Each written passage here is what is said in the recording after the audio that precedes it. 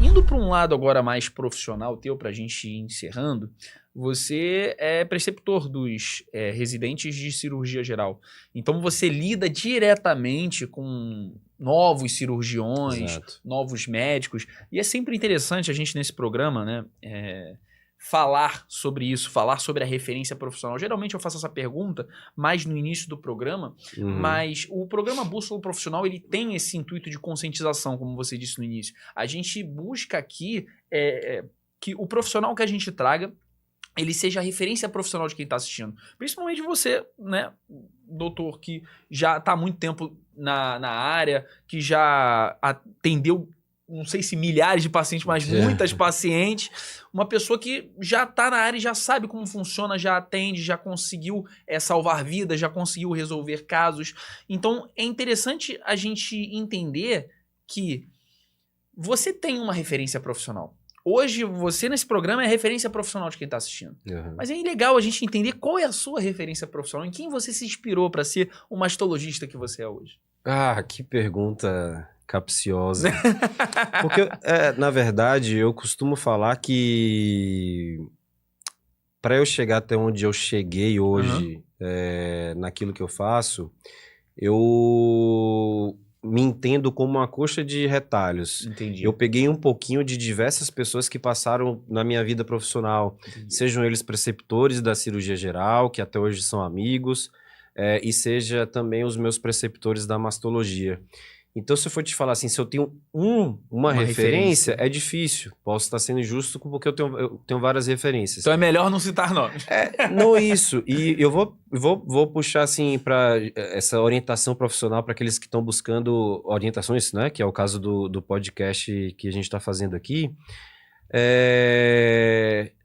Você como médico, cirurgião, você se entenda realmente como uma coxa de retalhos, porque nem todo mundo está 100% certo.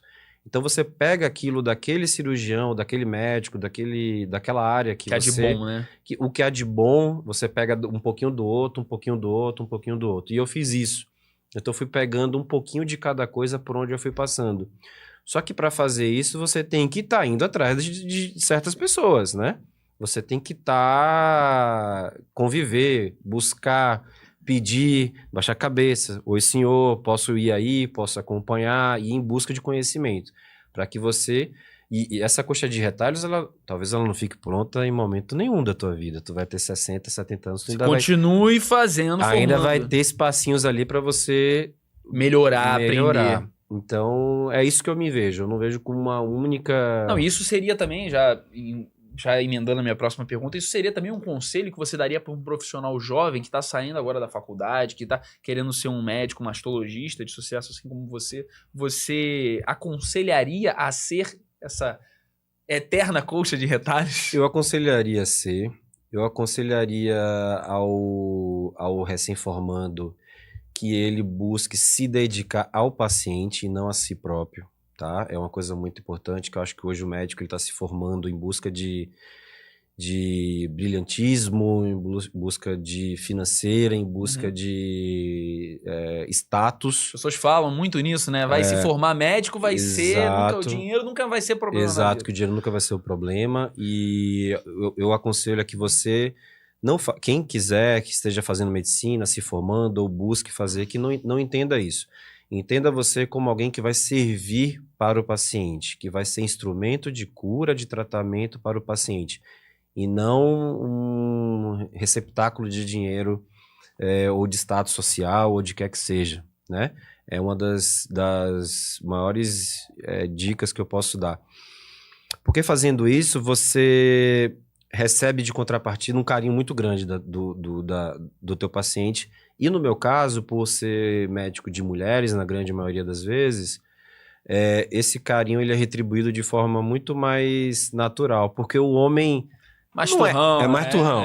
Né? Se eu fosse um urologista, eu não ia ter esse carinho. Porque ninguém fala, pô, doutor, vou te mandar uma caixa de chocolate e tal. Então você acaba, quando você se dedica e você abre um espaço da tua vida para ser instrumento dessas pacientes, você vai receber uma gratidão muito boa aí de volta. E isso vai ser muito melhor para você, melhor do que qualquer Coisa que o dinheiro social, não compra, né? De coisas que o dinheiro não compra. Coisas que o dinheiro não compra. E é interessante a gente falar sobre esses conselhos, essas dicas, porque, como eu disse, o profissional que está assistindo hoje, ele vê como uma referência. Muitos, né, futuros médicos estão vendo, podem ver, assistir esse podcast, que nunca nem fizeram, assim, qualquer tipo de ideia sobre o que faz um mastologista. Então, acho que é muito importante essa conscientização que a gente está trazendo aqui. E aí, indo para um lado que eu falo com todos os médicos praticamente, profissionais da área da saúde que a gente traz. Se tinha muito um preconceito com o médico, sim, um preconceito com o médico, que nasceram ditados como a visita de médico, a consulta de médico, ou seja, algo rápido, prático e pouco humanizado. E aí é legal a gente trazer isso e falar sobre a importância do atendimento humanizado para outros médicos, futuros médicos que estão assistindo aqui. Porque isso tem se tornado algo frequente, tá? Tem sido mais disseminado.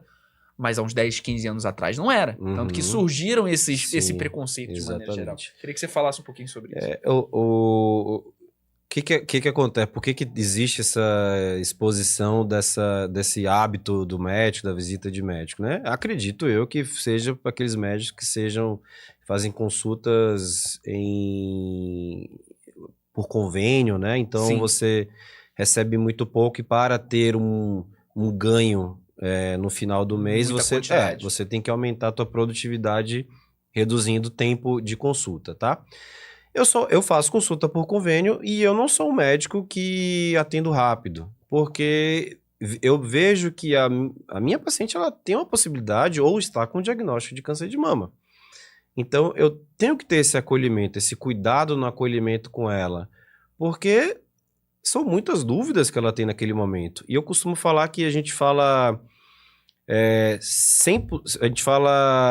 1 quilo de informação, ela entende 10 gramas. Porque a partir a absorção ela é muito pouca. Então, se eu não for humanizado, se eu não tiver tempo, se eu não tiver didática no escrever ou no explicar, ela vai sair dali com a cabeça completamente perturbada. Cheio de coisa pensando, conjecturando. Não. E você tem que desatar esses nós que envolvem o diagnóstico, aquele turbilhão de pensamento, aquele pensamento super acelerado que vem junto desse diagnóstico, com muita conversa, abertura de eventual dúvida. Então, eu sou um médico que forneço um número para o paciente conversar comigo, para eventualmente tirar dúvida, eventualmente conversar, mostrar pós-operatório, mostrar como é que está indo, bater um papo, muito para desmistificar o que a vizinha fofoqueira vai plantar na cabeça dela. Desmistificar o que a vizinha fofoqueira vai plantar na cabeça dela. Não significa que eu acho que todo médico tem que fazer isso. Claro. É a minha opinião e é assim que eu me sinto feliz. Então, pacientes meus têm meu telefone. Então, eu acho que a humanização do atendimento, independente do quanto você ganhe, é importante, né? Então, me desculpe, mas se o que é mais importante é a busca do dinheiro, busca outra coisa, faça outra coisa para tratar um outro ser humano que não seja de maneira humana. Nunca teve no meu radar e não é algo que eu acho legal. Entendi. E eu acho que isso que você falou assim no início dessa tua explicação é o principal. É o médico ter a mentalidade de servir. Né? O médico ter a mentalidade de servir. E quando ele busca o dinheiro, a intenção dele é apenas servir. Exatamente. Então eu acho interessante esse ponto que você trouxe. Eu acho que o médico ele tem que servir o paciente primeiro para depois pensar em ter benefício próprio. Somos pessoas, temos contas a pagar. Muitos boletos. Temos boletos, e também gostamos de nos sentir valorizados. Existe um mercado que é um mercado que é business, que ele quer muitas vidas para... Ganhando o máximo, fazendo com o menor mínimo. Custo possível. Existe esse business e à medida que você vai se profissionalizando, virando referência no mercado, você vai saindo um pouco dessa necessidade dessa desvalorização que o mercado possa te dar, para daí você mesmo estar se valorizando à medida que os próprios pacientes vão te valorizando. Mas continuar cuidando do paciente. Mas você só vai ter isso sendo humano, sendo próximo, sendo uma pessoa do que ela pode confiar. Se ela não puder isso, ela vai ali do outro lado, vai ter um outro profissional que vai fazer algo melhor e aí você nunca vai conseguir ser valorizado. Eu gosto de dizer que isso era o diferencial. Hoje em dia é o mínimo. Exato. Né? Exatamente. E aí, acho que para a gente encerrar esse podcast, uma das últimas perguntas que eu tenho para te fazer é qual foi... Peraí. Não vai embora não. Se você acabou de assistir esse corte, dá o like, comenta, interage aqui com o vídeo para ajudar a gente e dá uma olhada aqui no canal de corte. Se você gostar de outro, acompanha, ver se te interessa ver mais alguma coisa.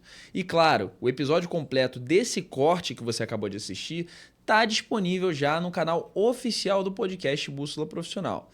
Te espero lá.